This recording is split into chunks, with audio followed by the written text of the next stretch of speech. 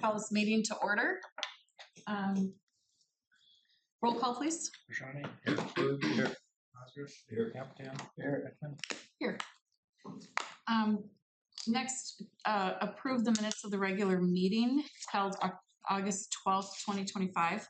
Before we do that, as the board liaison to the Arts and Amenities Committee, under the minutes where it goes into specificity about the committee completely disregarding a vote by the board, I feel that we had discussion that was omitted from the minutes where the committee was working with the scope of which indicated NDSU would be installing artwork throughout the airport and procuring the art. And when NDSU was no longer able to do that, then the committee looked to other alternatives, and that was not addressed in the minutes. I'll strike it all then. Well, I just appreciate Excuse me, did you say that they wanted to go ahead with whatever they want to do without board approval? No. So what I would like to say is, it goes into specificity that the committee completely disregarded a vote by the board. And what I'm saying is, we were working with the initial scope of the contract, which stated that NDSU would be procuring and installing artwork through NDSU School of Design and Architecture. And that was no longer possible. So the committee then looked to alternatives to move forward with procuring and providing art for the airport. So I think that this misrepresents the conversation by omitting. And since we're approving the minutes, I just want it to be accurate. So, thank you, Joan. I'll just omit the comment then. Okay. All right, do we have a motion to approve? Well, I'm just probably backing up. What in the minutes are you saying we should strike or change? It was page 6 under the Arts and Amenities Committee update. And there's something that was left out? No, yes, we had a discussion. It was regarding having Ivy on board, and I just wanted it to be to address the fact that that a comment was made and recorded that the committee completely disregarded a vote by the board. And I'm saying we were following the scope and trying to comply with the scope of the contract. So I guess, And there was discussion that occurred, but it wasn't represented in the minutes. kind of my question is, if we approve the minutes, you're not really saying that's more of a comment than changing anything? I mean, if we approve the minutes, we should change the wording. And that's what Joan said she would do. I said I'm just going to omit the comment. So you could approve Thank- subject to omitting the comments. Thank you.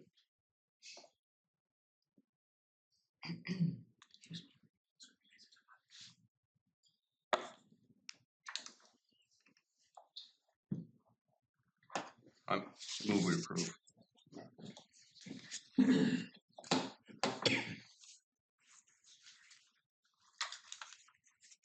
So if we can just make sure what the motion is clear, that it would be subject to omitting the language that Paula raised here. Because an explanation was given, it just wasn't included in the minutes. That's your motion, Yeah. Move we approve. subject to. Yeah.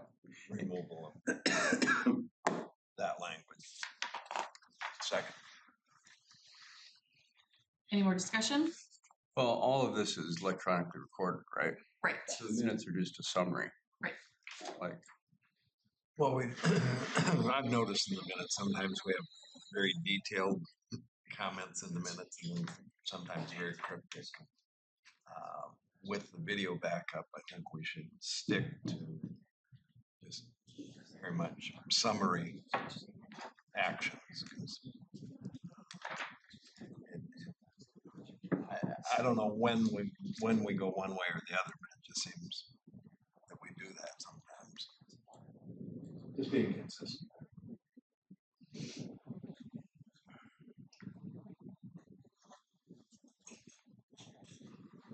Is there a second to, I second. okay, any more discussion? Any more discussion? Roll call? Shawnee. Aye. Cosgrove. Aye. Captain. No, Aye. Would any members of the board like to move any of the items on the consent agenda to the regular agenda? If not, is there a motion to approve the consent agenda? move to approve. Second. You're approving the whole order of the agenda, not just the consent agenda. Is there a motion to approve the order of the consent, of the whole agenda? So moved. Second. Roll call. Shawnee. Yes. Aye. Cosgrove. Aye. Captain. Aye. And then, again, is everybody okay with the consent agenda as stated, or does anybody want to have further discussion on any of the items on the consent agenda and have it moved to the regular agenda? Move to approve. Second. Roll call. Shawnee. Aye. Cosgrove. Aye. Captain.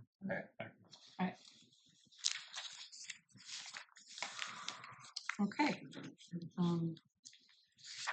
Let's see, is there a motion to approve the items on the consent agenda? Do you want to go all? We just did that. Then we're good. Okay. So, received a lot of financial. Okay. Received July financials, Tana?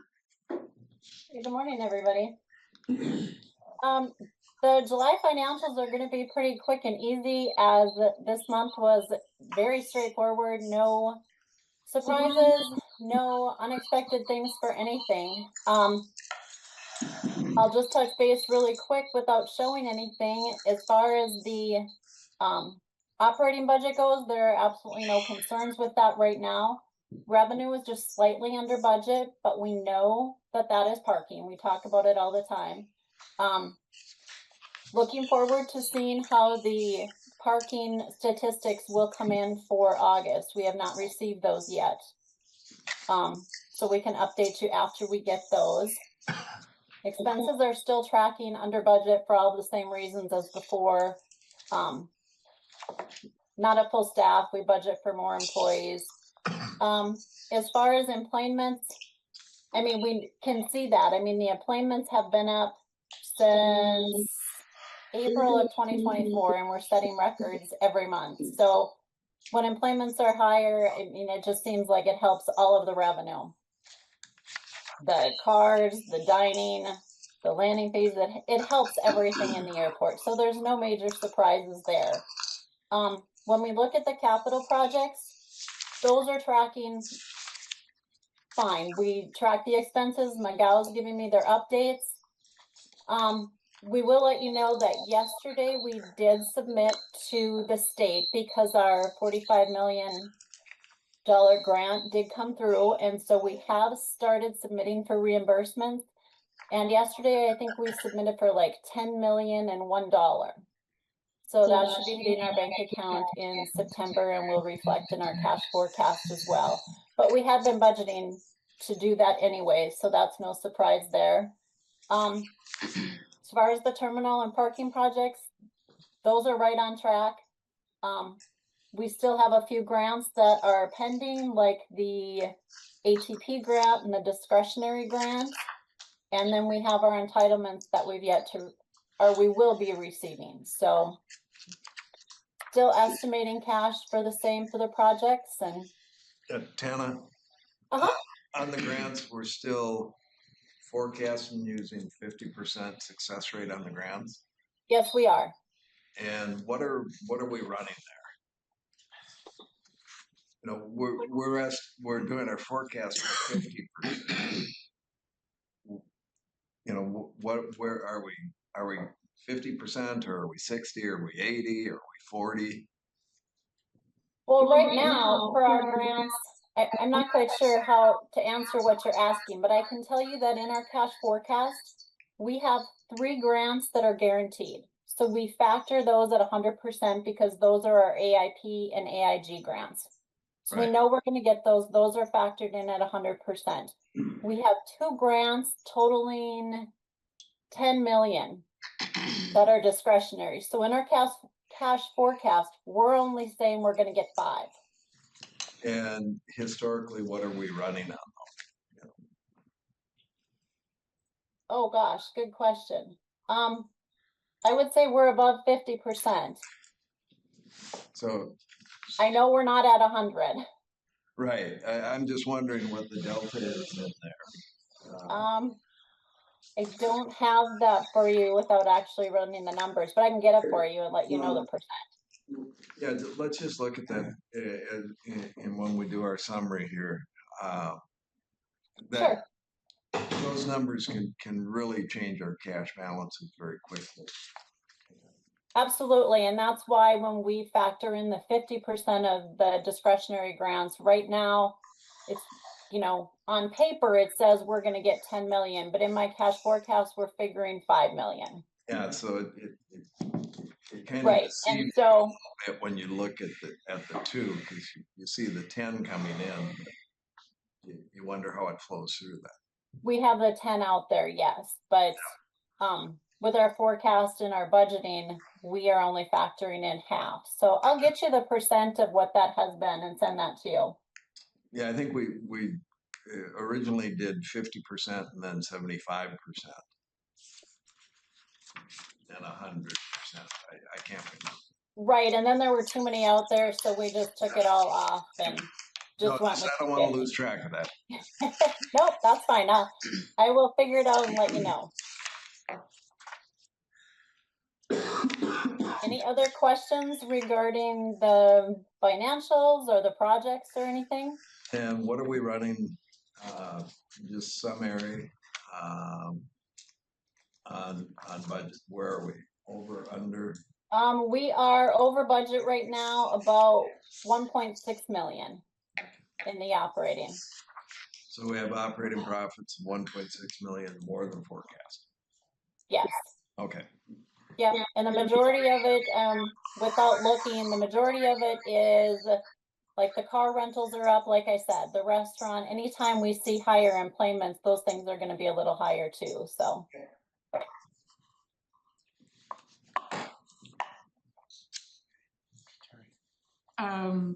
Is there any more discussion? Move to approve. Is there a second? Second. Roll call. Shawnee. Yes. Bird. Aye. Osgood. Aye. Capitan. Aye. Heckman. Aye. Number 10, receive update from TL Stroh Architects on parking ramp, shuttle lane, and skyway. Welcome, Terry Stroh. Yeah, so the ramp's pretty much done. We've painted the handicap lines blue. We really only have, right now we are using a temporary generator. We're excited to get a new generator for that building. Basically landscaping, that won't be done probably for quite some time because there's just too much work going around on that. The perforated metal is going to start next week and should be done by the end of the month. The Skyway is just progressing, a lot of underground stuff, and so it's going well. And so pretty, got tons of compliments on the airport, the ramp with regards to the media coverage and stuff, and so that was cool. So. And was there a water issue that you We're working on, yeah, they just haven't, we're ordering material and putting in another drain in that one area that we talked about. Yeah, correct. Mr. Berg? Yeah, no, I think it looks great. I got one little itty bitty thing that I thought I'd bring up. So the outlets that are coming down in the ramp, some of them, they put them on the side of the pillar and some they have facing the parking stall and they kind of come out, So I think when people back in, we're gonna have people hitting those. Are they low enough to be? Yeah, and it's not all of them. Some have, I think it would be just take a look at that. And I don't know if some of them are along the side and some are facing the parking stall.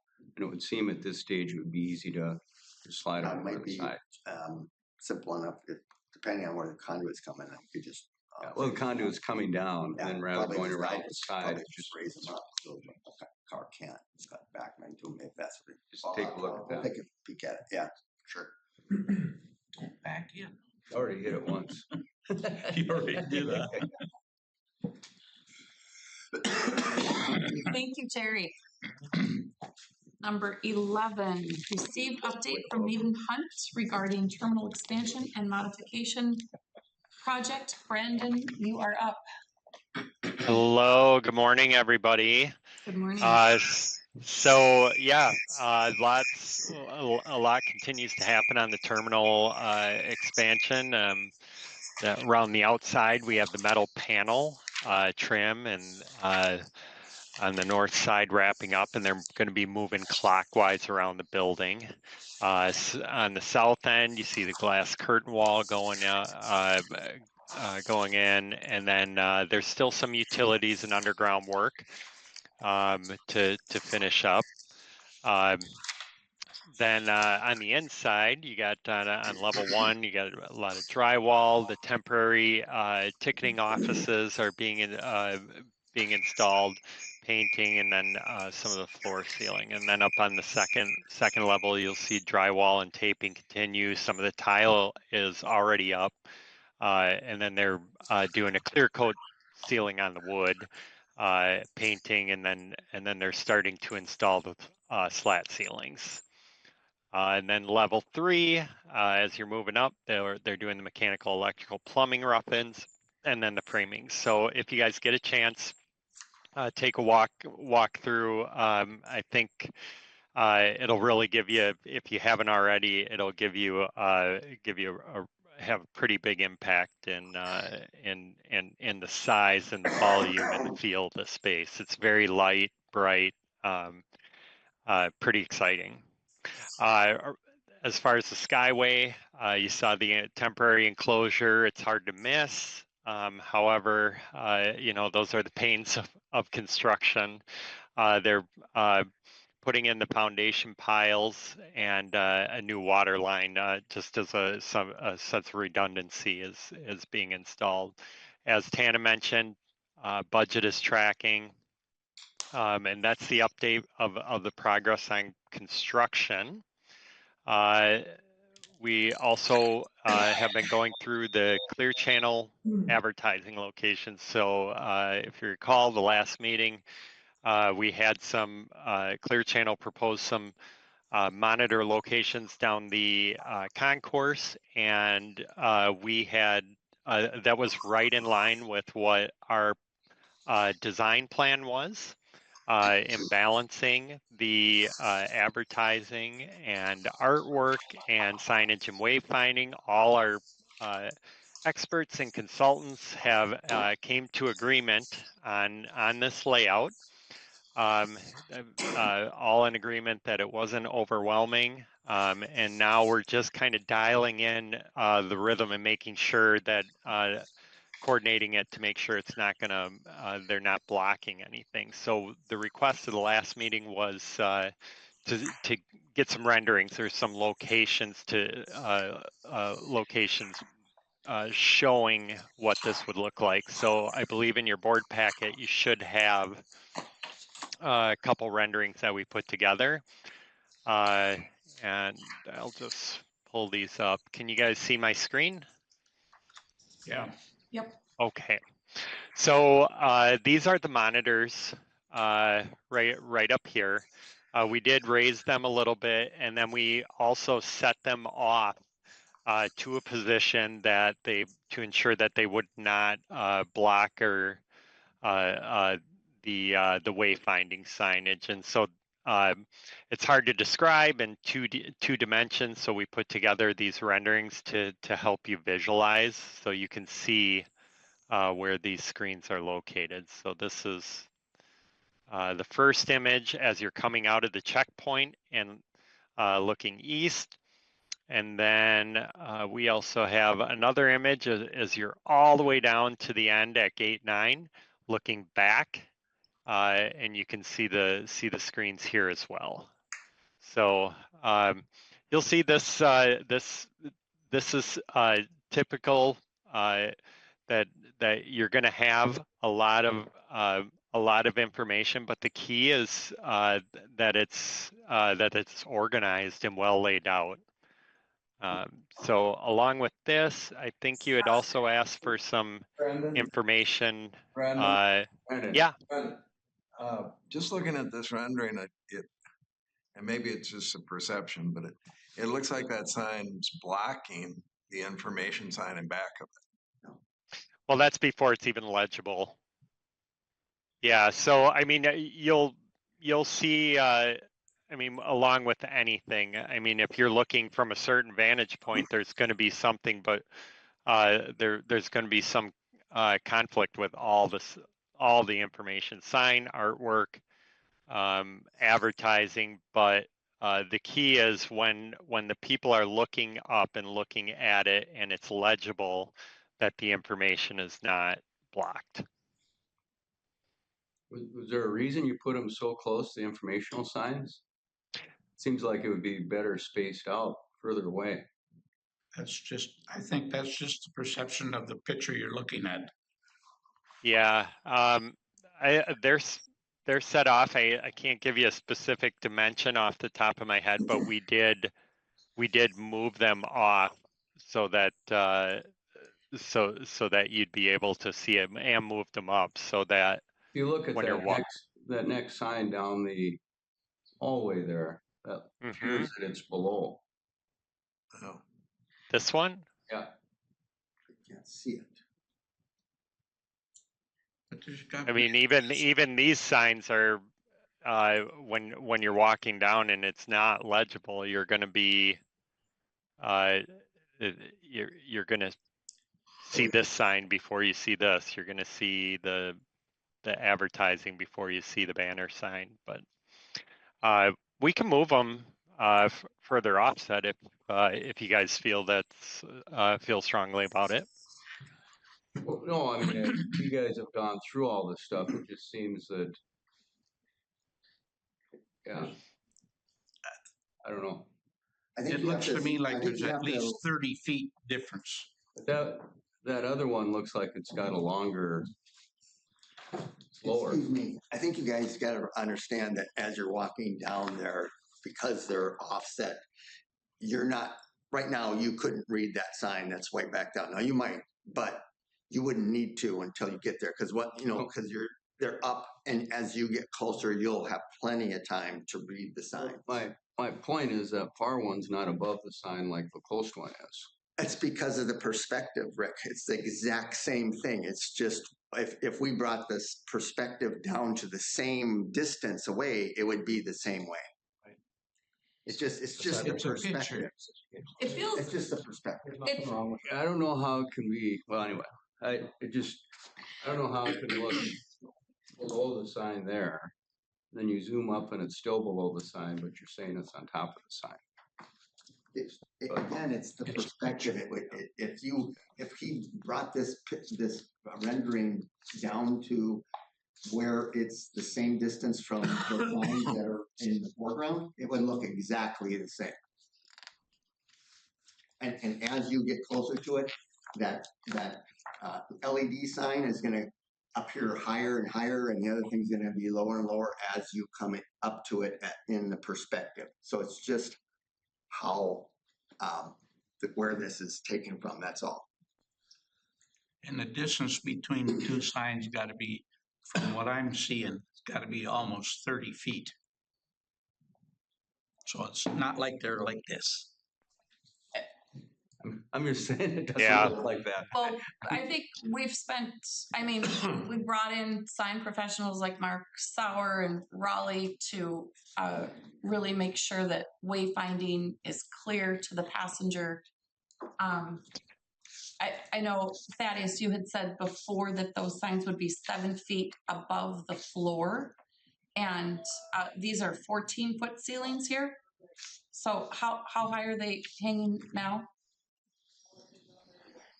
I believe they originally had 10'6" and now they're at 11. Is that right, Thaddeus? You're Are we talking about all of that can be determined once we have elevated designs, which we would submit to the airport for approval.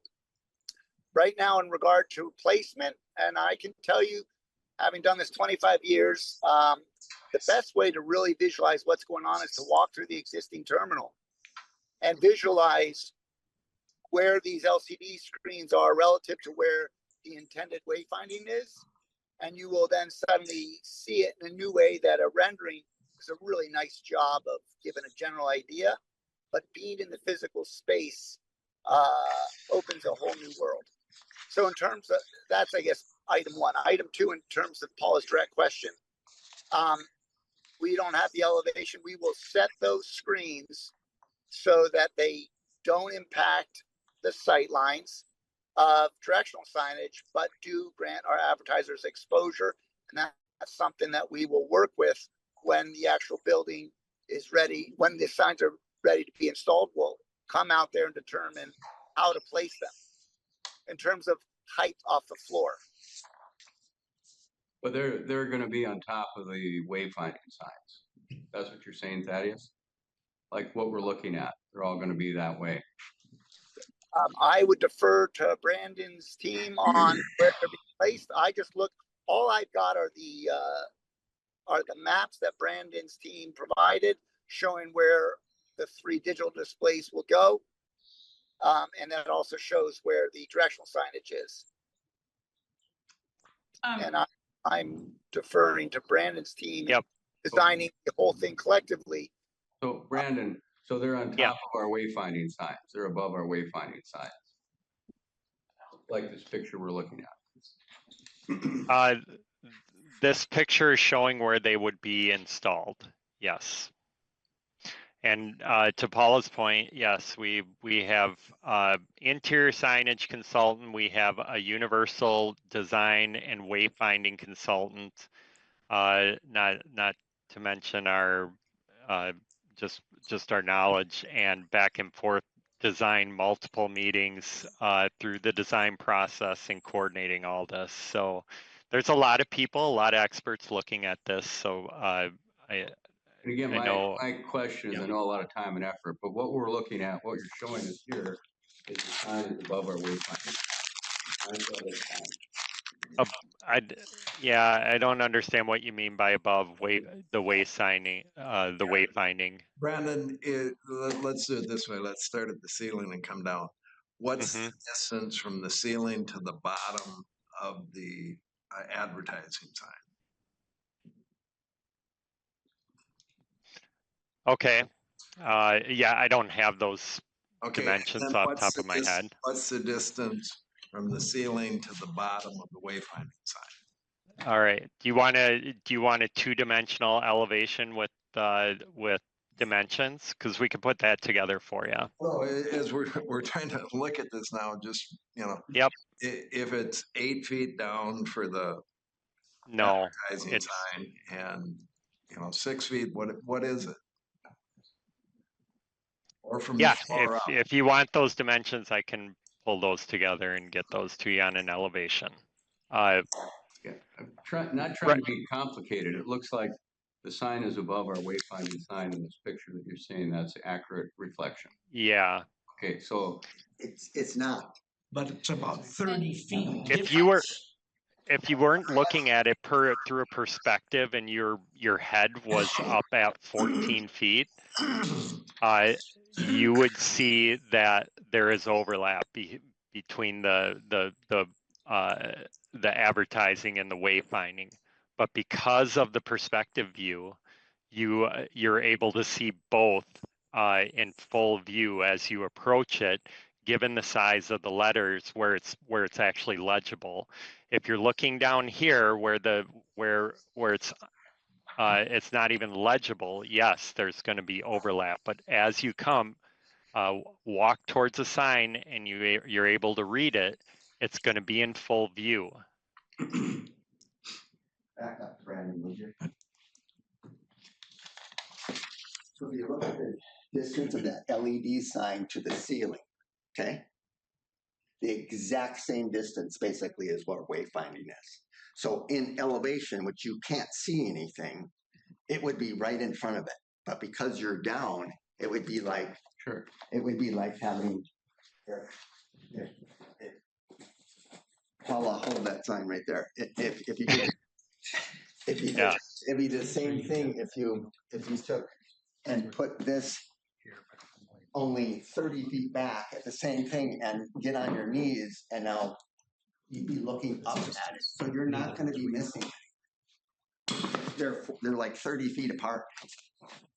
So last month, when we had you on Thaddeus, there was questions about how many additional signs are, I mean, it's not just these that you're asking for approval on, Brandon. It's what, 21 signs? And am I counting properly? We currently have 15 clear channel signs, and now you want to increase that number to 21? Jim, Yes. according to Robert's Rules of Order, Section 43, lines 23 through 27, lewd and inappropriate comments will not be tolerated. And I remind you of decorum. All discussions must adhere to the rules of decorum and respect. Yes, ma'am. That was really rude. Yeah. It was off. It's unprofessional. And it's This recorded. discussion is. And it's recorded. Fine. Okay.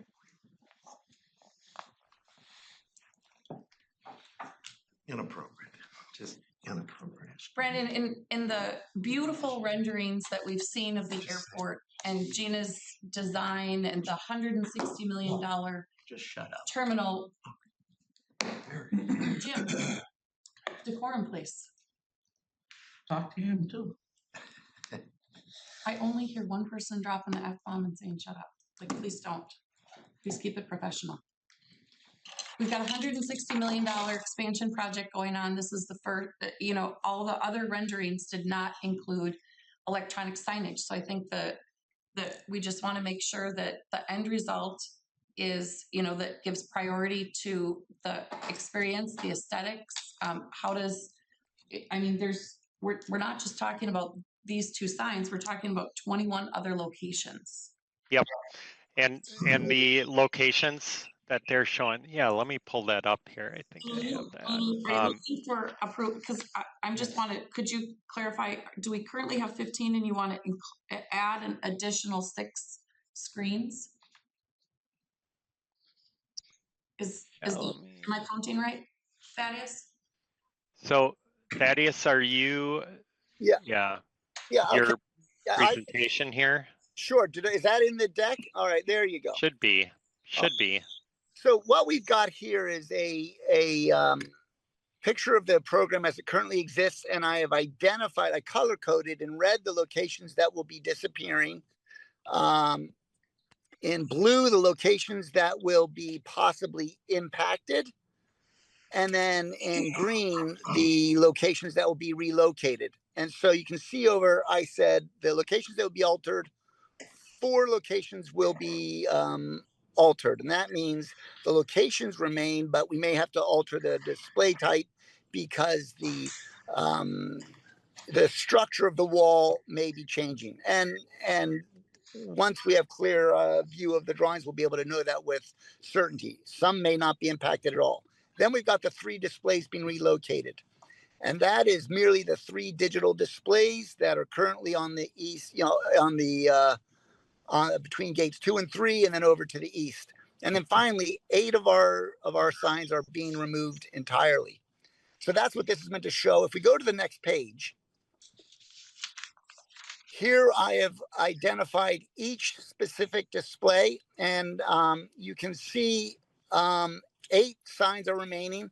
When I say 4 signs are being altered, and then I say 9 are new locations, I want to call out that 3 of those 9 new locations are the digital displays. And perhaps I should have just move those 3 ceiling mounted units over to altered. But I'm trying to be just as transparent as I can, since the 3 new digital displays are technically new locations, but we're just shifting the existing displays over to there. So technically speaking, we're asking for six new locations and relocating 3, where 8 signs are being removed. So more signs are being removed than we are installing in the airport in terms of static displays. And then we're just shifting the digital. Thaddeus? Yep. Help me out here. Sure. How many signs exist today? But 8 or the 18 on the new one. If we can go to the, How many total signs? I don't have that number. I don't have that number right now, but I could get it. Well, yeah, I mean, how many are there? How many do we have to replace, and how many are you proposing at the end? Okay, so you're looking for gross numbers now and gross numbers in a new program. Is that correct? How many exist today? Okay. Brandon, can you just quick go to this front page? This one? Yeah, there you go. It's 1, 2, 3, 4.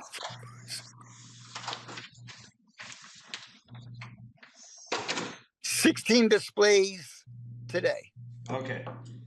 And Brandon, how many are we disturbing that we have to replace?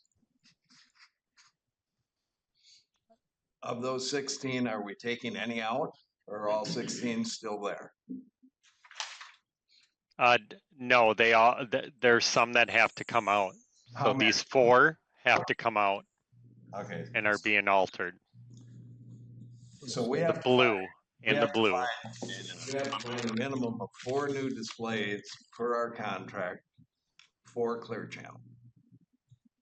And then 8 are being removed because of the remodel. Well, how many screens will we have when this is all done? What are you proposing? 5. 5 of those down the corridor. And this aligns with what we presented back in October of 2024. Okay, I'm just trying to get the numbers. We've got Yep. 16 now. We're required to maintain 16. How many when this is all done? It looks like 16. You got them numbered up there. Is that a different number? 9, 10. That's total of 17 because we pulled number 11 out of the map because that's going to be a FID column, Brandon. Correct, right here. In terms, this is 17. Though I must tell you, folks, if you look at signs 17 and 18 on that map, we are right now determining if we can even, those are existing displays as you go up the escalator upstairs, is to the right. And as you come down the escalator, those are big air handling shrouds. And so we don't know if those are going to be able to be developed in the new design. That is a question we actually have out to. Oh, well, yeah. So this is ballpark numbers is what I'm saying. Well, I think, again, I'm just trying to get exact numbers. So Okay. we have 16, our contract, you could put 16 in. If you're putting, I guess that's just my simple question. Looks like you've got 18 here. I listed 18, but 11 is not there. So in terms of number of physical signs, that's 17 signs. Because 11 is missing. Oh, okay. So we're adding 1 sign. Yes. Out of net numbers, yes. Okay, so the 16 locations that currently exist, how many of those are displaced because of the remodel? Would that be 12? No. Alter, relocate, and remove. I mean, you got 15. So it's actually, I mean, they're altered. So in terms of actual like physical spaces, it would be 11. 8 plus 3 is 11 signs are physically where signs exist today. They will be in different physical locations in a new program. So we're only adding 1 sign? At the end of this, we'll have 17 Clear Channel locations. There's correct. And then what about the floor space? Our program is only being impacted. This only addresses the upper level. As far as we know, no locations downstairs are being impacted. No, So we don't have a floor space upstairs. but you do have floor space. And what is our obligation with the floor space as well? Because we're looking at the whole package here, right? This is a 10-year contract, and how many years are we in? And if we add the additional signs, how does that impact that current contract? I don't have the number, but so I guess to answer your questions quickly, our contract goes to October, I believe, of 2032. This was installed in 2022, and we've got about I think 3 or 4 floor displays downstairs.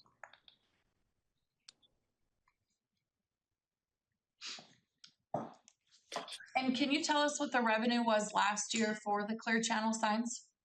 Yes, last year we generated $200,000 gross sales. And matter of fact, yeah, here we've got it right there. So you can see in 24 it was 200,000, which was a 9% increase over 23. Airport share was about $57,000, which is a record revenue share for the airport.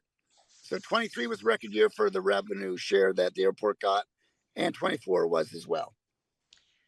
Brandon and Thaddeus, I thank you for talking this through. I mean, when we've got $160 million airport, I just want to expansion. Clear Channel really has a large impact on the design and the customer experience. So I appreciate taking the time to really look at this and see how it's going to affect the design and the customer experience. Because, you know, certainly in all the fly-throughs and whatnot, the advertising signs were not there, and you got a really great aesthetic feel prior to those signs. I'm sorry, Mr. Cosgrove? Yeah, Thaddeus,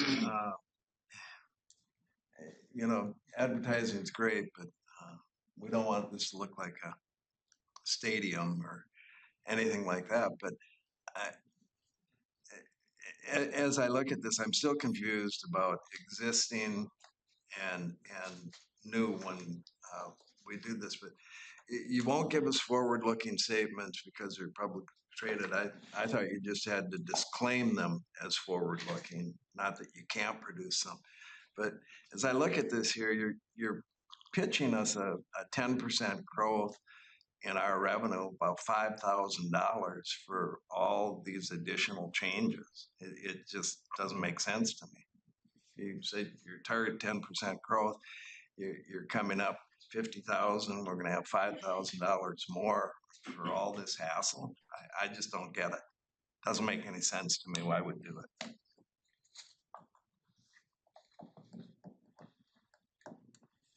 I guess I'm telling you,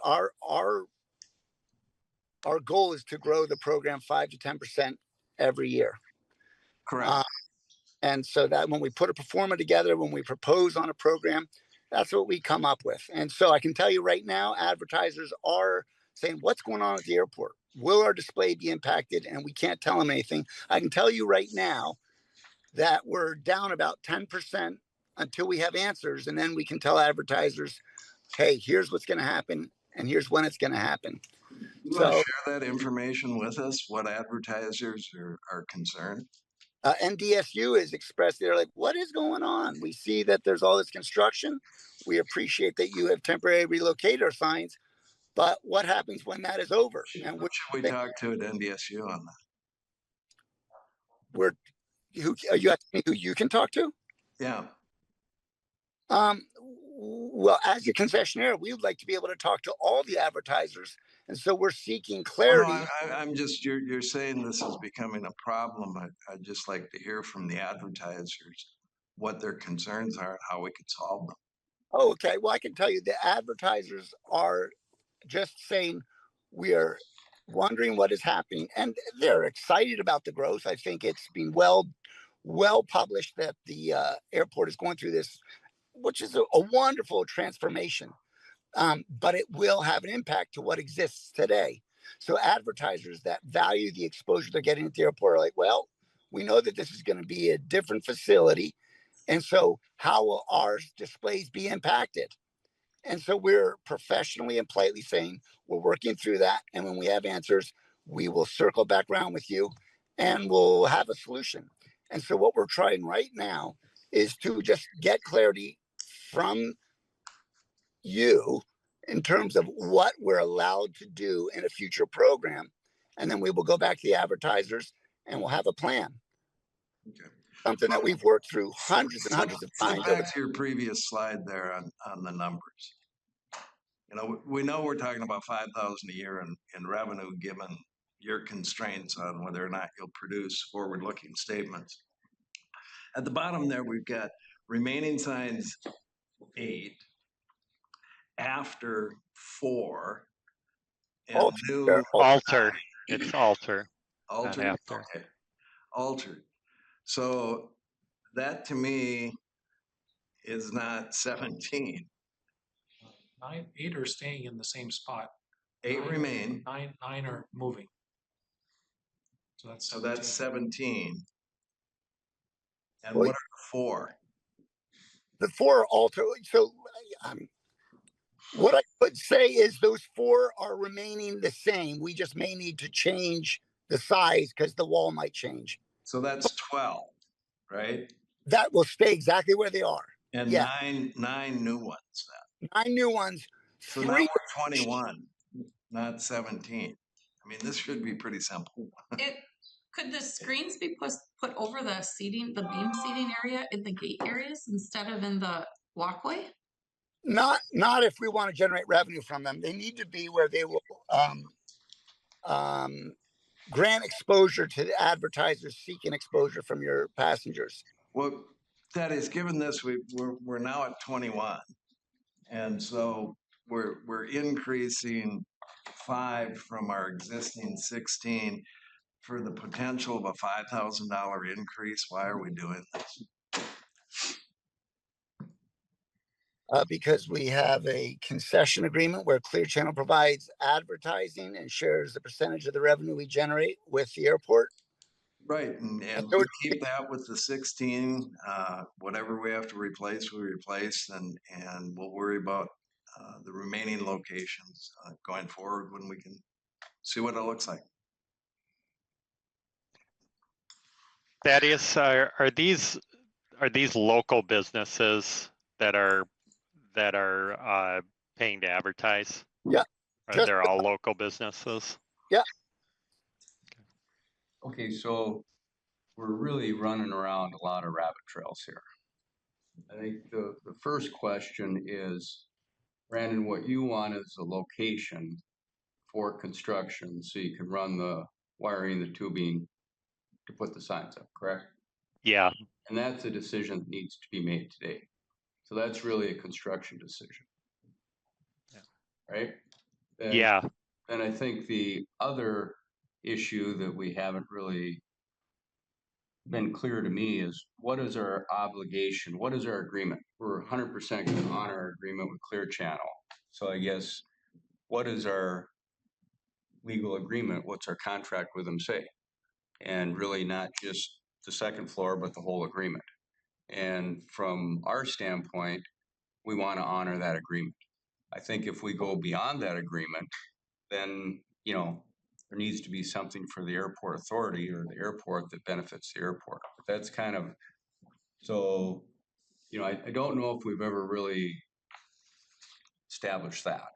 So I think we want to honor our agreement.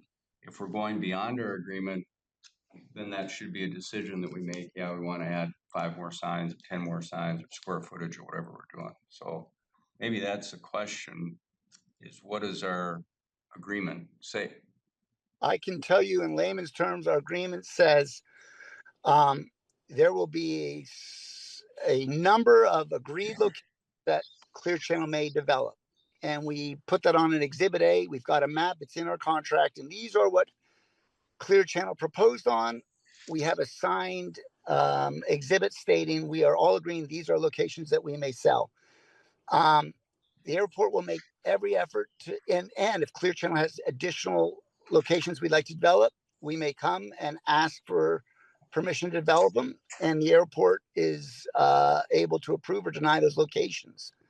When the airport engages in an activity such as construction that impacts existing locations, then every effort will be made to replace the impacted locations with comparable locations.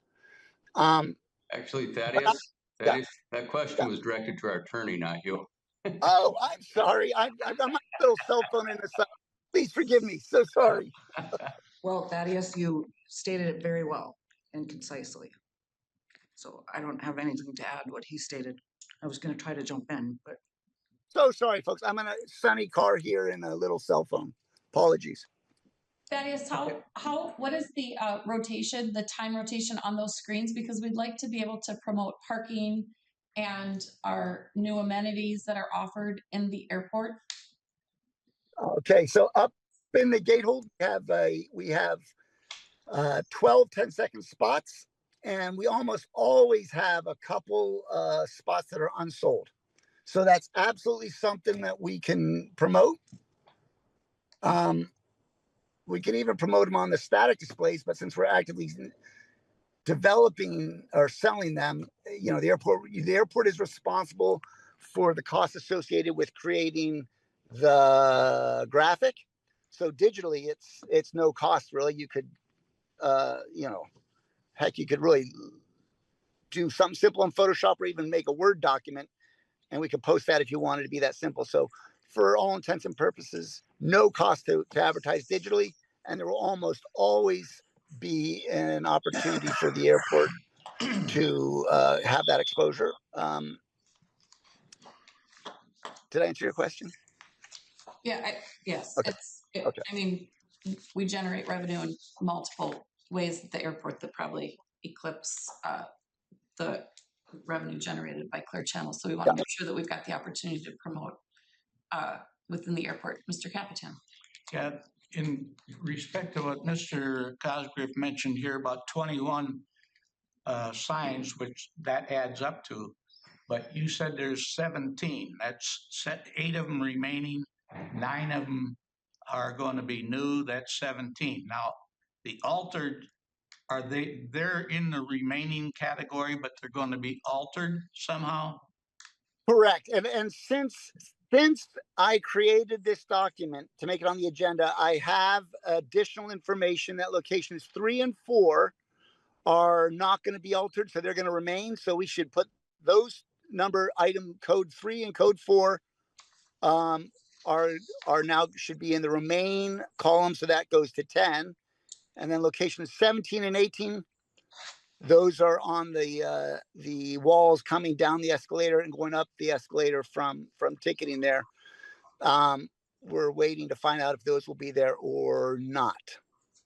Okay, so what you're saying is 8 of them are going to remain, and 9 are going to be new. So that's total 17.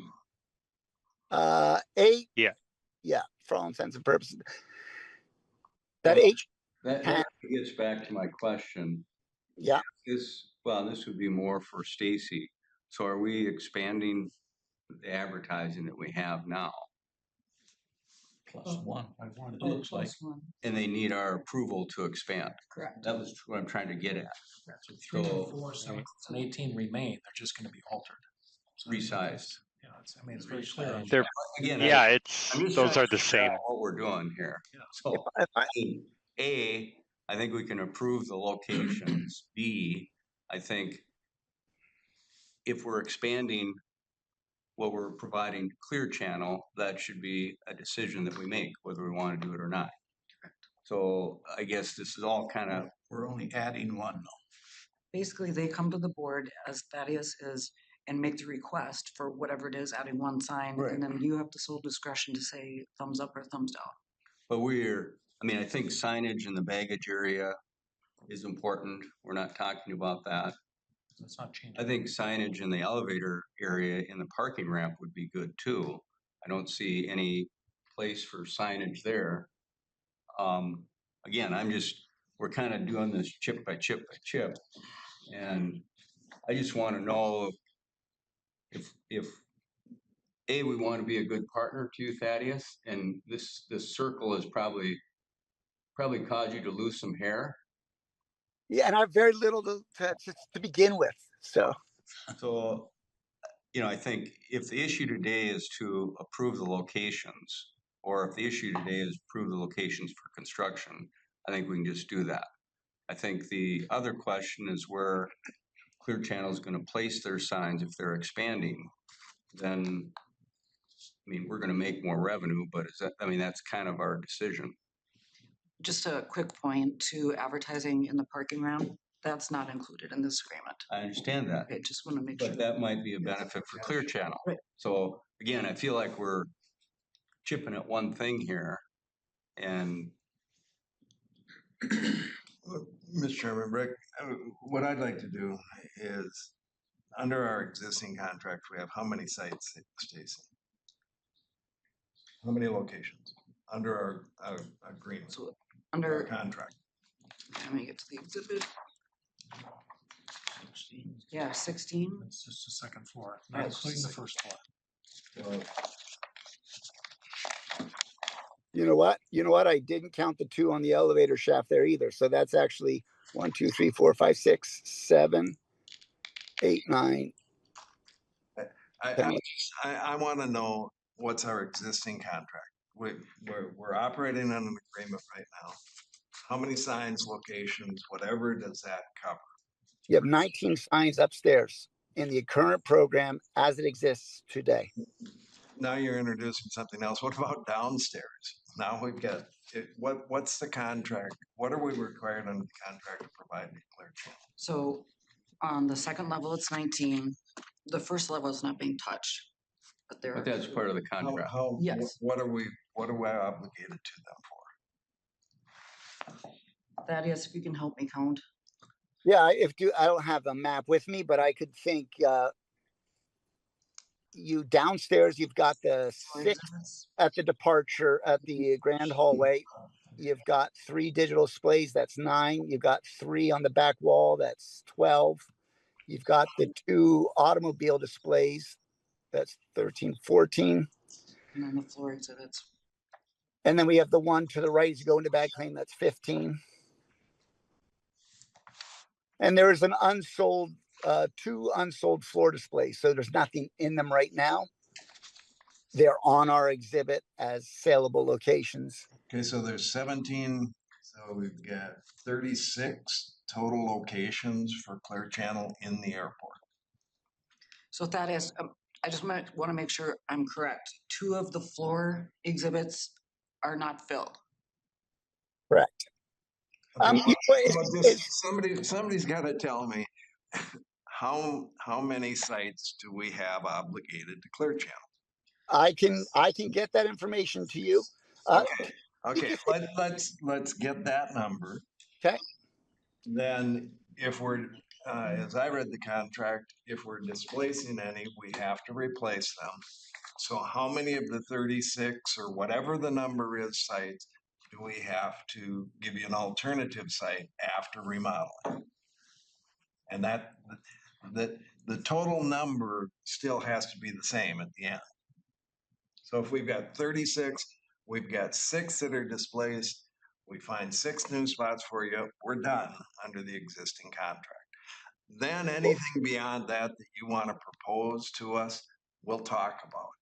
Brandon, if you need the locations, and those are the locations that as our design team feels these should be, then we can go ahead and approve the construction or the electrical for those and see what this is going to be. But this is not, this seems like a shell game here that now we're introducing the first floor and from 12 to 16 to 36 now. I mean, this is ridiculous. How We've, many we've been existing- asking for the second floor only, so this is all we've been showing. And this aligns with what we've been showing all along through the design process, so. Is this acceptable? I mean, Well, let's just- are we let's- going with the second floor concourse is acceptable? Mr. Burke? So I think those are finally the two clear issues. Yeah. If you put these locations from a construction standpoint for construction and put it in, I think we can make a motion to approve that. I think the second thing, Thaddeus, is we really don't know what our agreement specifically says, but we don't want to expand the number of advertising terminals, screens in the airport. We want to honor our obligation, but not expand the number. So I think we can approve that when we understand that. And then if there's things that you think would generate more revenue or other locations, we're open to that, but that's kind of the second issue. Okay.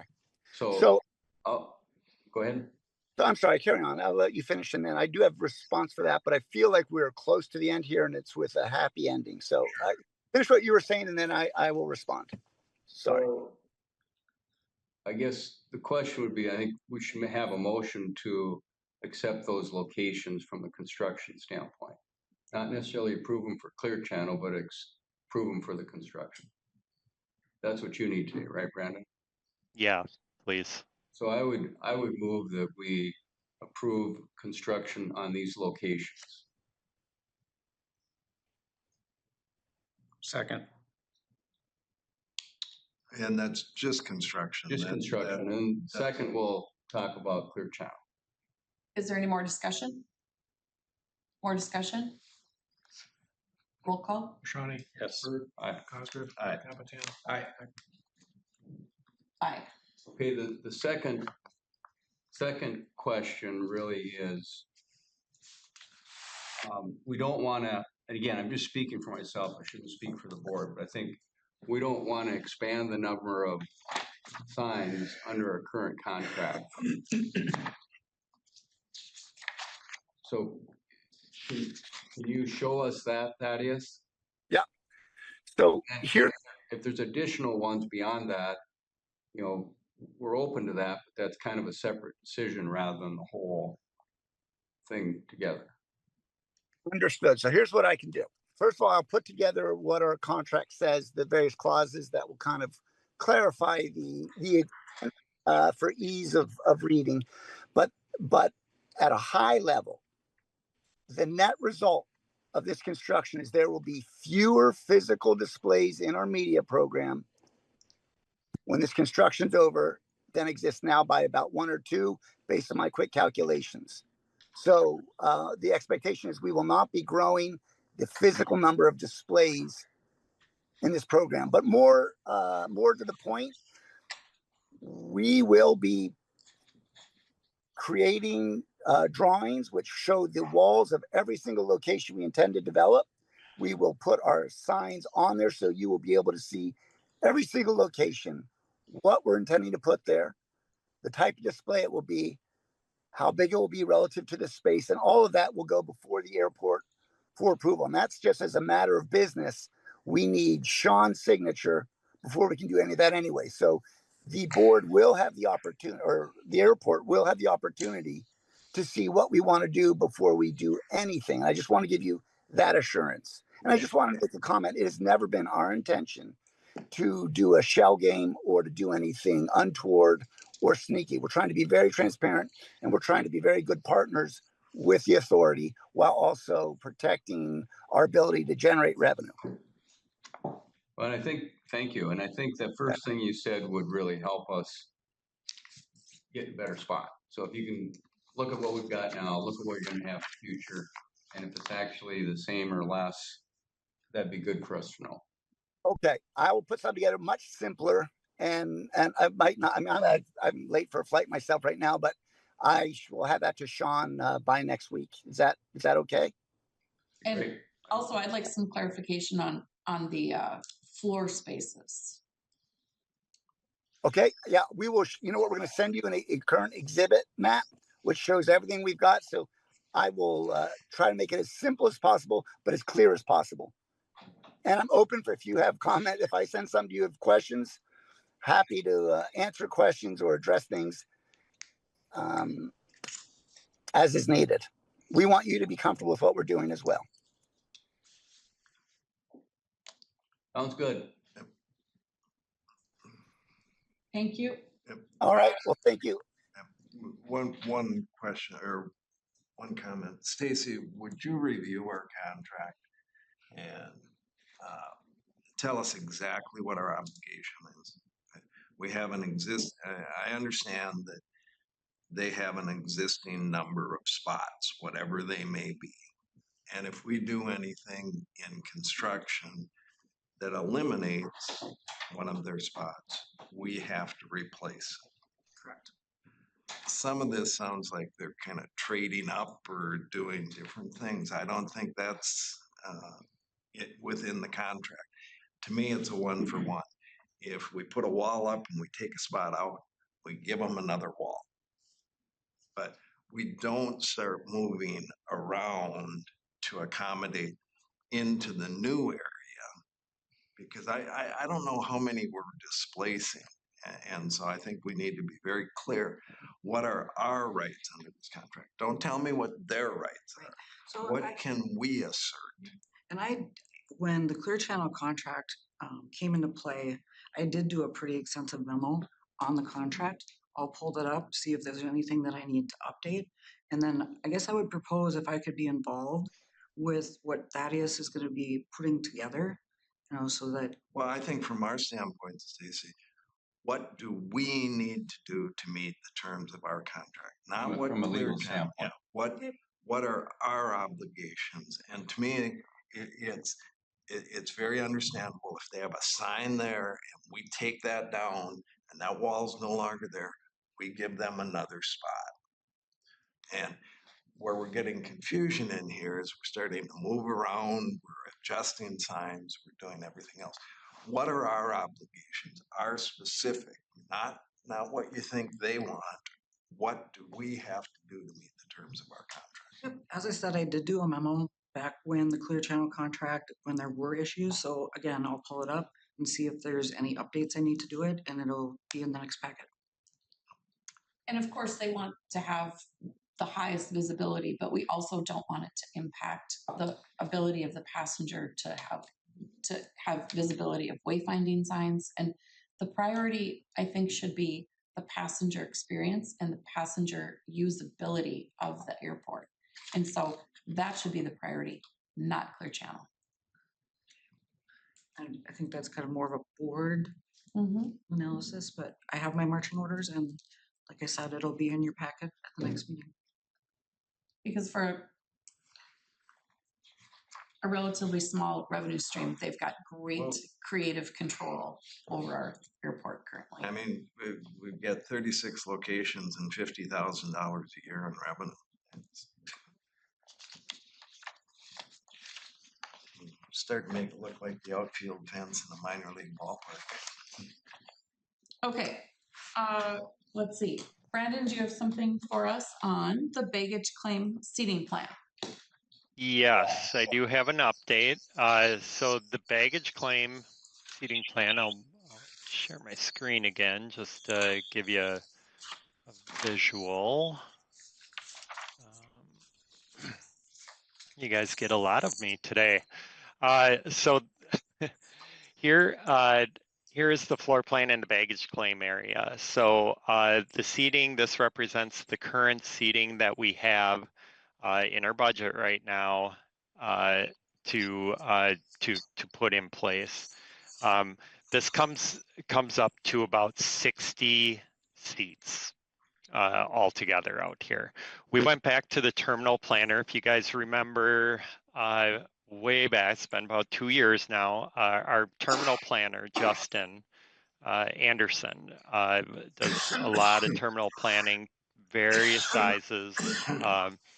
And we had went back to him and asked him, we see this fluctuation and there's a concern about the number of seating that we have in the baggage claim area. And, you know, he factors in emplanements, the size of the airports.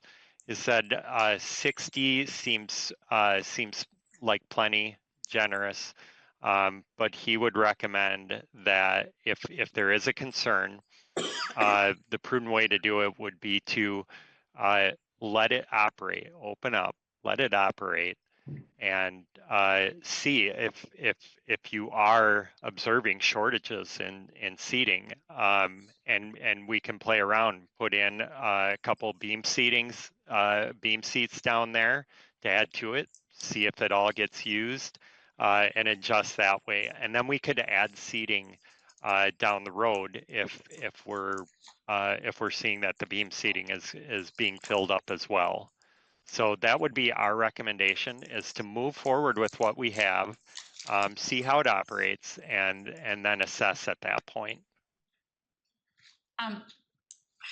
Brandon, the 5 seats that are adjacent to the carousels, carousel 1 Yeah. and carousel 2, are those Yeah. benches or are those seats with arms? Those are benches, I believe. So my concern is people that need to sit during while waiting for their bags on the carousel, if they have a mobility issue or something, a lot of times you need an armrest to help stand up. Okay. So you don't want the bench seating in there? I love the look of the bench seating. I just want to make sure that we're meeting our customers' physical limitations and needs, to make sure that we run into this in our business where you have to have like a waiting area where there's an armrest so people can get up from their seats. Well, my only thought is I liked your idea, Brandon. I mean, it's hard for us to speculate what's right and what's wrong, but I think going ahead with it and then monitoring it and seeing, I think makes sense. I mean, obviously, people that are really struggling mobility are probably going to have a wheelchair. They're going to have assistance off the plane. You know, they may not even be down in the baggage area. But I mean, that's just my thought. We can change them however, but I would say Can we do? try it. Oh, sorry. Go ahead. Oh.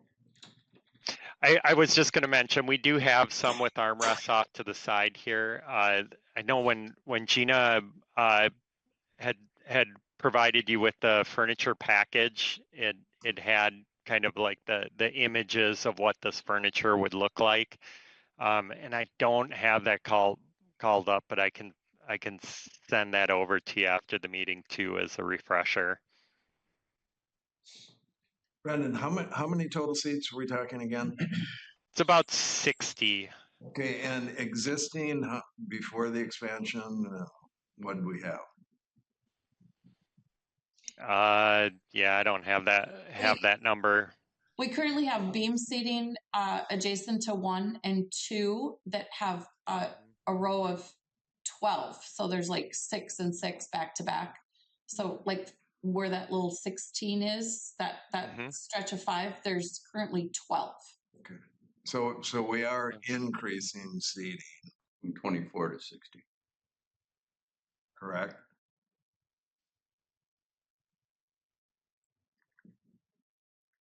We've got to have more than 24 currently, because we've got some along the way. Yeah. We had to remove a bunch from the departure lounge because of construction. Right. So we got a lot down there. Just all I'm concerned about it is, are we adding or subtracting seating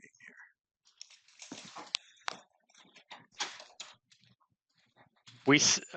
Yeah, I think we're increasing it. I mean, we sized it to the amount of emplanements and the size of the terminal. So, I mean, if trust the process, then we trust that we have a good starting point here. No, it's a simple question. Do we have more or less seating?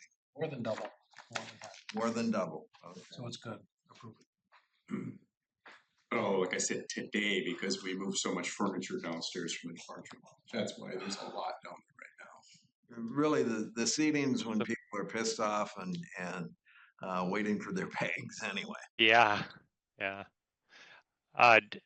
Yeah, I mean, for the most part, what we observe in airports is that people do not want to hang around the baggage claim. They want to get their baggage and leave. It would be the people, like Paula said, the people that may not like standing for a long time, needing to sit. People with mobility issues may want to sit if they don't have a wheelchair. So, yeah. Mr. Bashani. I'd like to move that we approve the seating as presented and with Rick's caveat that if we need to make adjustments later, in that unlikely event, we can make the adjustments later, but let's get moving on past this. Second. Any more discussion? Any more discussion? Roll call. Shani. Yes. Bird. Aye. Cosgrove. Aye. Kaptan. Aye. Heckman. Brandon, again, authorized purchase of airport furniture from Arconis via TIPS contract 230301, phase 2, $801,711.53. Yep. So that should be in your board package. Is kind of the breakout of it. But this is what the furniture package that we had put together for the renovation piece of it. So we had the addition before, and now this is the purchase for the renovation. And that's all this furniture in the baggage claim area and the renovated terminal in the hold rooms. Move to approve. So I have a quick question, Brandon. It says there's the flyaway drink holders, and I assume that's for the beam seating? Yes, I believe we put in drink holders for those. Are there going to be any tables in between those seats as well? Like attached to the seating, the configuration? You're too slow. I thought we had put in some charging stations and some tables in between. It was a mix. Okay, I was just curious. Yeah. Since we're having the drink holders, so Mm-hmm. nice to have a few tables. Yes. Yeah, I do recall that conversation. Okay. Any more discussion? We have a second. Oh, I'm sorry. I'd second Dean's motion to approve. Any more discussion? Any more discussion? Roll call. Shani. Yes. Bird. Aye. Cosgrove. Aye. Kaptan. Aye. Heckman. Aye. Number 12, receive and approve the amended restated lease agreement with Skyline.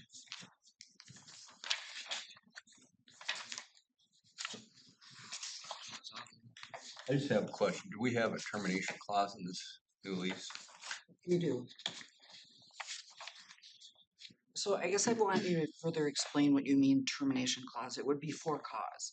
No, So- I mean, typically what you see is someone will say a party terminated. If you terminated, you would pay them something, but that would be defined. You maybe, again, not for cause, but that we can terminate at any time. That is not in there. And I don't, That ended with the 2023 amendment. right. So this is really, again, we've got a lease in place with no termination clause. That's a 10-year lease. So this really does nothing to change that lease that we have in place right now.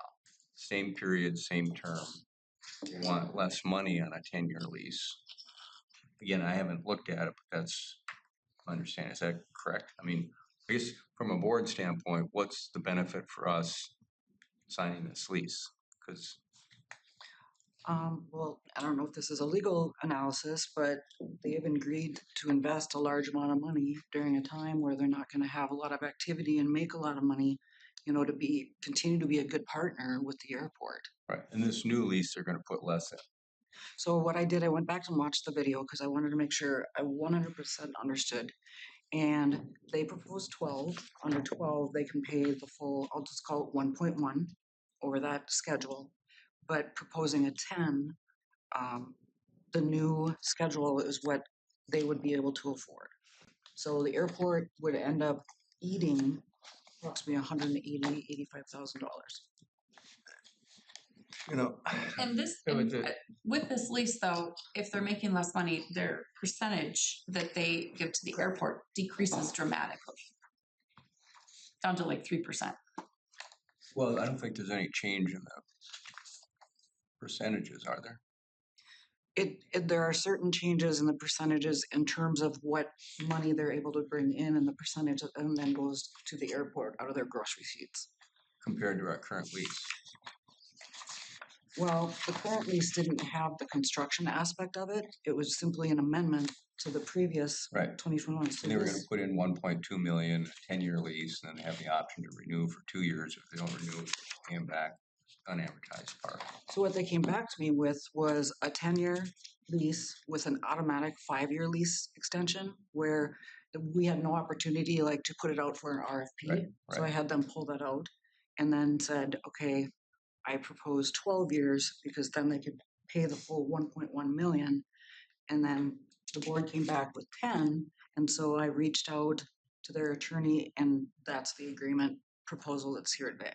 Well, that's, I guess my question is, there's no benefit to us in this agreement versus what we currently have. What is the benefit? I mean, Yeah, that's the other thing. I mean, the idea was we signed the lease, we thought there was a termination clause in there. There wasn't, so we're gonna go back and talk to them because they've been a good partner and they would work out some way that we could hold them accountable to have the level of service to our customers that we'd like. And without any lever at all, we have really nothing we can do. So I guess I don't see any reason, any benefit for us to sign this lease. So I just want to make sure I'm clear because I feel like you're saying two different things. Okay. It's a Monday, you decide you just want to terminate because that is not available. If Skydyne is not giving us the level of service that this board feels comfortable with, you terminate. And then you have, Then we have cause, we'd go to court, we'd have to pay damages, we'd have to do all that stuff. What I'm saying is if we have passengers 2 years from now, let's say the food and service is crap, we have no way of telling them your food and service is crap, and we want you to improve that. I mean, cause is like they don't pay the rent. I mean, it's pretty egregious on the cause thing. So that's all I'm saying. I mean, so I guess there's no different in this lease versus the lease we currently have. So why we sign this lease? so I guess I would disagree with that. In the previous lease, and this goes all the way back to the original lease and then all of these renewals that we've had, there was no notice and right to cure on behalf of the airport. So if the airport wasn't performing pursuant to what Skydyne believed or felt, they could simply terminate the lease. Now there's the opportunity to cure when they've given us notice. So it put the onus back on us, not on them. Under the previous lease agreement, if Skydyne felt that the airport, let's say, wasn't providing heat, just like Yeah. they could just terminate right now. So they have an immediate out. But Under, did we do an RFP for this? Back in 2010? Correct. 2010, 2015. 2015. So okay, going forward, our new policy says every 5 years we should be doing RFPs. We're doing 10-year contracts. Again, we're muddling things, and Skydyne is not giving us free money. Skydyne is not putting $1 million into equipment that we aren't paying for it. And so, if we were in a very tight spot needing to do some improvements, didn't have capital, that's one thing. But we may be vastly overpaying for the cost of that capital in these lease terms. And I agree with Rick. There's no reason for us to continue this further on at this point. And I just don't see the benefit to it. Doesn't make any sense. And again, the original intent was simply a very simple, either party can give notice to the other party and exit the lease. And you define the terms of that so it doesn't become, anytime you have to prove a cause, you're into court action and long-term results. Each side has the same opportunity. If we aren't doing what Skyline wants, they give us notice, they exit the lease. If they aren't doing what we want, we give notice and exit the lease. Well, then there's the opportunity to cure by the 30 days. And just very simple exit clause. And companies, partners that are comfortable with each other and comfortable performing shouldn't have a problem with that. Under number 26, termination of right to cure, a violation has to occur. Either, so it's number 26 on page 11. It says there must be a violation by the leasee or a violation by the lessor. And then they've got 30 days. So a violation may not be not good food. You know what I mean? No, and the problem is that if you're into issues of food quality or subjective opinions, you're inviting court action and prolonged, My only thing was 10-year lease, we want some leverage if they're not doing the service. And they're a good business, they're gonna wanna do that, but it's always good to have a little something that we could use. And well, I mean, just take an existing example. When early morning flight, there's a piece of cardboard with a magic marker that says coffee stand closed. Is that a violation? I would assert it is. Yeah, Because but they I sign mean, an agreement, they're gonna but provide again, that. the term you used is I would assert it is, and then you start the whole process. It just, if we have the mutual escape clause on either side, we're much better off. If we can't get that, then let's let this thing run for whatever the term is and get out for an RFP as quick as we can afterwards and see if there's other opportunities. Yeah, I mean, I guess I'd move that we just table this lease for now until there's something different that provides some benefit to us. I guess to move on, I would say we just table this. Is that a motion? I'd move that we table it. Second. Is there any more discussion? So table the amended and restated. Any more discussion? Roll call. Shawnee? No. Bird? Aye. Osgood? Aye. Kaplan? No. Aye. Okay, number 13. Motion passed. Number 13, receive and approve a statement of interest and qualifications, the SOIQ, for proposed hotel budget. Mr. Tom Schauer. Good morning, everyone. In your package, you have a draft statement of interest and qualifications for the hotel. I know there were some good questions that came out and that I'd sent some responses out to those. So I want to make sure that everybody got, and if there's any follow-up questions. Again, the timing on this and everything really can be varied greatly. The goal is to minimize the impact to the existing terminal construction with hotel construction.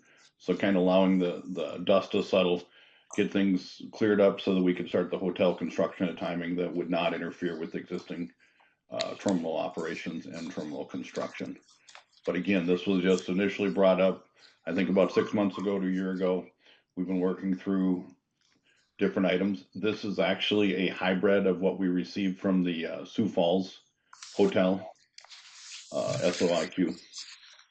So having said that, you should have in the package. I can pull it up on my screen if that's easier. If there's any questions of me, let me know. A lot of it, you'll see that we left up as much discretion to any developers to use their creativity and their ability to come up with a good proposal. Could you pull it up, Tom? I should be able to.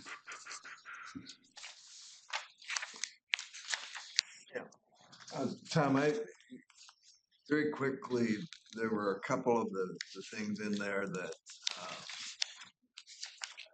I saw your response to it. I'm not sure we answered it. Where we take control of all ideas and everything that are submitted, and then we can actually take those to other developers that didn't submit. I didn't quite understand that.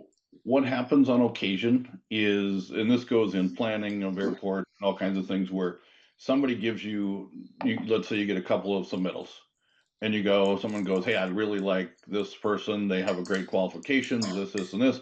However, one of the things I really liked is the way they did the parking layout or the way they did off of someone else.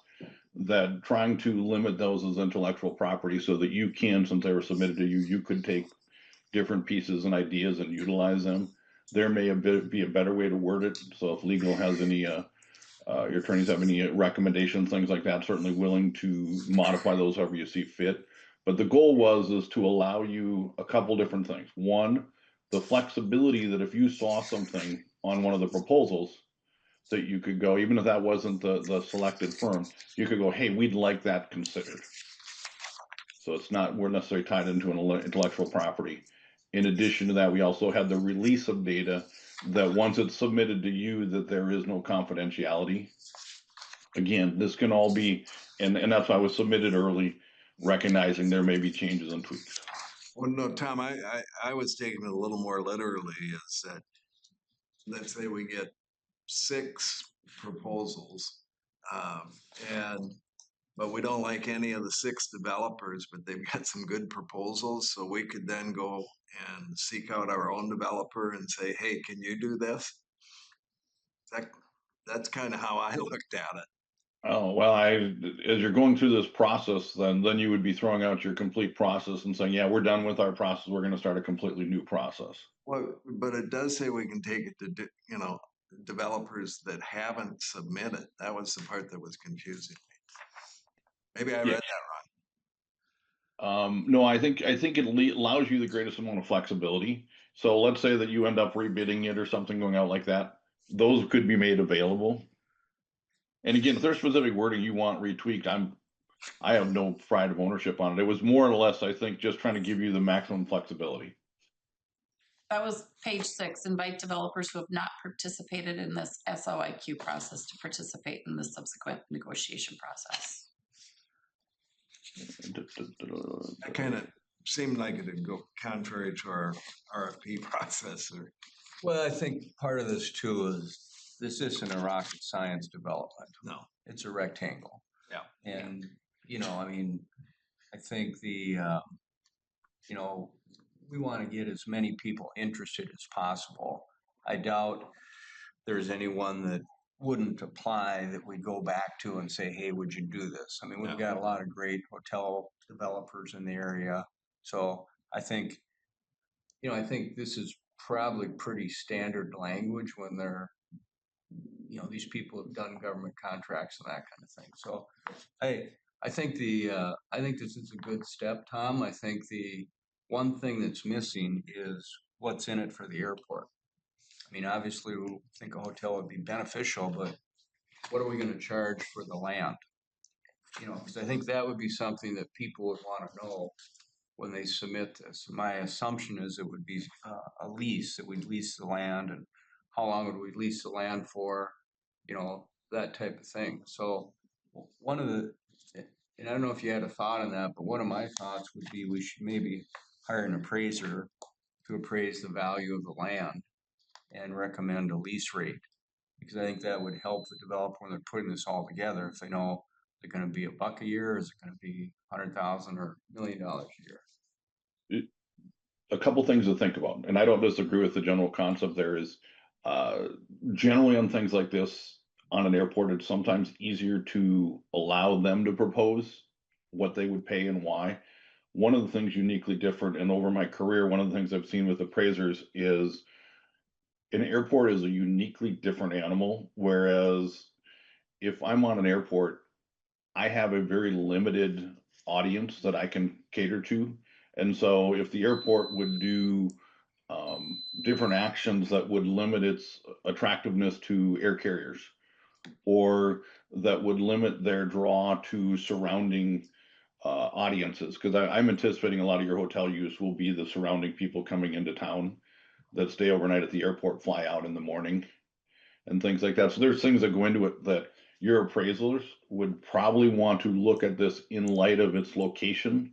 And I'm just saying over time, that unique position is always one that I think is tough for appraisers to comprehend, because it's not like, hey, if I'm a hotel and I'm off airport property, I can do X, Y, and Z. I have a lot of flexibility.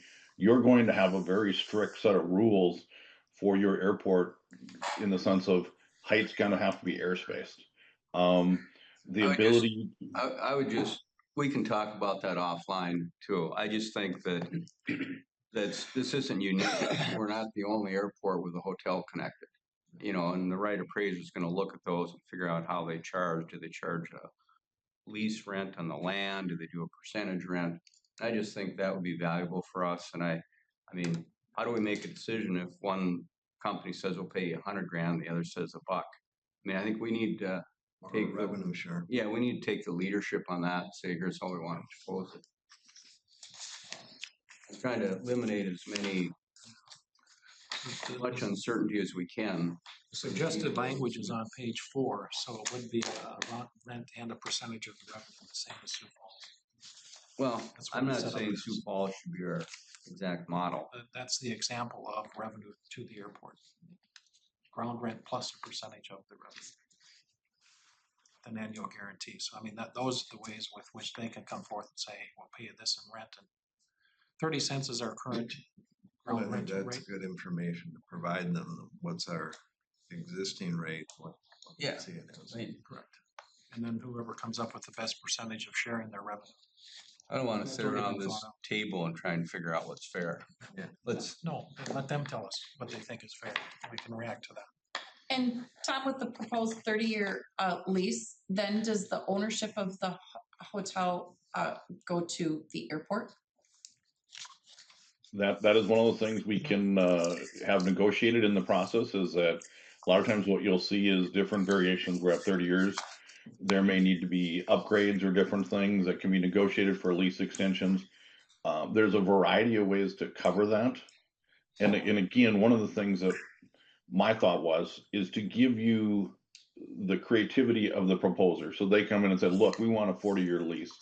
At 30 years, let's revisit this, and maybe the airport says, look, this looks old and shabby. We want to have the ability to go in and require it to be painted, any of things like that. Just like you guys do on hangars and any other FBO developments. Well, again, I don't think we want to be in the hotel management business here. And so all these things need to be well thought out. We should use a template that's been used in other places, make a decision, and you know, there's rules and regulations within a branded hotel. They have to do a property improvement plan every 7 years, all that type of thing. So I guess there's again, I appreciate getting this rolling. I guess the first question would be, do we have we approved moving ahead, or is that what we're doing now? That's what you're doing today. So I guess I would move that we move ahead as proposed, or that we, you know, move forward with this. And, you know, there's some things that I think we should do ahead of time before we present it, but I would move that we go ahead and seek out hotels to, you know, what the right motion would be. Is there a second? Second. Any more discussion? Any more discussion? Roll call. Shawnee? Yes. Aye. Cosgrove? Aye. Capitown? Aye. Ekman? Aye. Old business, safety report. Nothing to report on that. So Brandon and Gina are up if they're on. Art and Amenities Committee report, Brandon and Gina. Hi, yeah, I'm filling in for Gina. Update on the arts and amenities. We are moving forward. Last week we had walked through with our curator Ivy, walked through the space with some of the committee members to help give it more of a more of an idea of what the space looks like, visualize to help visualize the space, and where these art locations are going to be located. Is very positive walkthrough, and Ivy has already started putting together her assessment and recommendations as a part of this first phase. And I believe she is shooting for the October board meeting to share her findings. We're still waiting on a proposal from for the virtual reality room.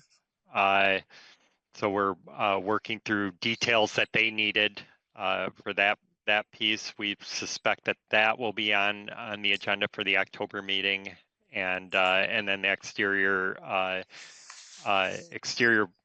signage is underway. The EMC and the monument sign are under contract, as you guys had approved, and they wasted no time. They are working on it right now and are expecting to have them both installed before the, I would say before the snow flies, but maybe I should say before the ground freezes. So that's the overall update of the Arts and Amenities Committee. Any questions?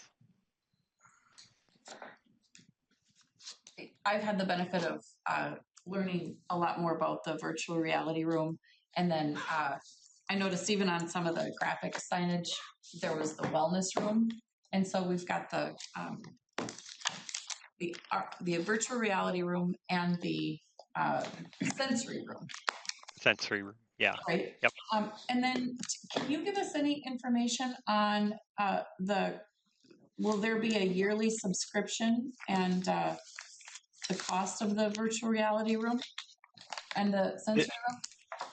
Yeah, so there, yes, for depending on what you choose, there will be a subscription for like how many themes that you would have, and that'll be all part of that package that they'll be proposing.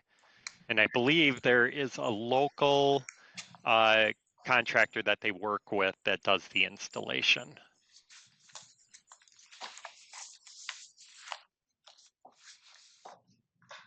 Mr. Burke? Yeah. Mr. Cosgrove? One item here, well, two items, but I do have my ticket here from the long-term garage. Never limit your customers. You can park in garage with your short-term or long-term, so I think we should change that name to parking garage instead of long-term, that you can't park there short-term.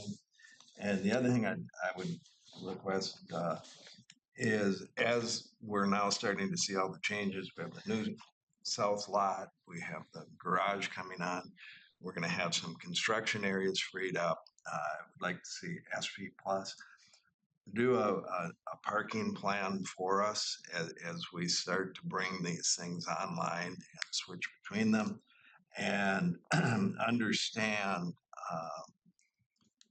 where our revenues are coming from. And I think in some of our vendor leases, we include parking, and is parking then, do we have an accounting transfer to make sure that's credited to parking, that lease? And then what's our total plan of parking? You know, where are we with each one? We have our hourly or our daily parking, we have contract parking, we have employee parking. Let's get working on that overall plan so we understand what that's going to be. That's all I have. Is that a motion or a directive? It's under, old business. I think we just need to start developing it. I don't know that we need a motion. I think Greg at SP Plus can help us with that as we rationalize everything. We're going to start seeing parking revenue, parking garage revenue really probably kick in this month going forward, and start figuring out, what's our plan. One thing I noticed in contract parking, I don't exactly know what contract parking is. It's only $32,000 a year. That seems very light. And again, that's understanding where are we charging, when we're including parking with leases, how's that revenue working? Where is it? What is contract parking? I don't know. I don't know what contract parking is. And just, we need to just go through and put together the plan, understand what it is, how it all flows. What are you referring to contract parking? I saw it in one of their revenues, revenue projections that they started. That's probably crew, airline crew parking. That's what I was thinking, that he was referring to contract parking. Yeah, I don't know what it is. Airline crews. and- Contract would be the Yeah. cruise. So that, what's our overall parking program policy? Who's contract, who's hourly, who's employee, who's complimentary, what that parking policy looks like, and what it is. And like I said, we've got 2 significant new parking structures now to bring online. And how does that work into everything? The hotel's gonna have some impact there. And where does it make most sense? I had one other thing. A couple of years ago, we got the chief pilots from the business aviation community together for a lunch. And we also had the terminal people meet with the chief pilots one time. And I thought that was really productive. And I think we should, think about how we would do that on a regular basis. There was some good ideas that came up on communications, and we had a crash this last week. And I don't know, I'm not saying whose fault or anything, but I think just improving the communications between those groups would be better. Are you proposing scheduling a Well, roundtable? I'd just work with staff and try and figure that out, unless anyone. I think it's just a good ongoing thing to have that communications. Kind of drop that ball, so. Okay. One more thing under old business, I would like Brandon and Gina to present to us also, as we're talking about these clear channel signs, where all of our arrival and departure screens will be. Those are that's another digital type display, and to know where those are located within the terminal, I think would be helpful. Well, it'd probably be helpful for us to walk the terminal too. Oh, I was going to mention that Joe has offered to, if you get a hold of him, he's willing to give a tour of the new spaces, and I just had the opportunity to go on Wednesday. It's really impressive. It gives you a good feel for the space. So thank you, and I encourage everybody Maybe to schedule that next meeting after we finish our meeting in an hour, and we can do that in the next half hour. Okay. Yeah, I can send out a meeting invite for 10 o'clock after the next meeting, or however you want to handle it. Okay. Well, you would just coordinate with Sean. Okay, public comment period. Do we have any public comments regarding topics discussed today or from the previous meeting held August 12th? Big deal. Big deal. Will we adjourn? Second? Second. Adjourn.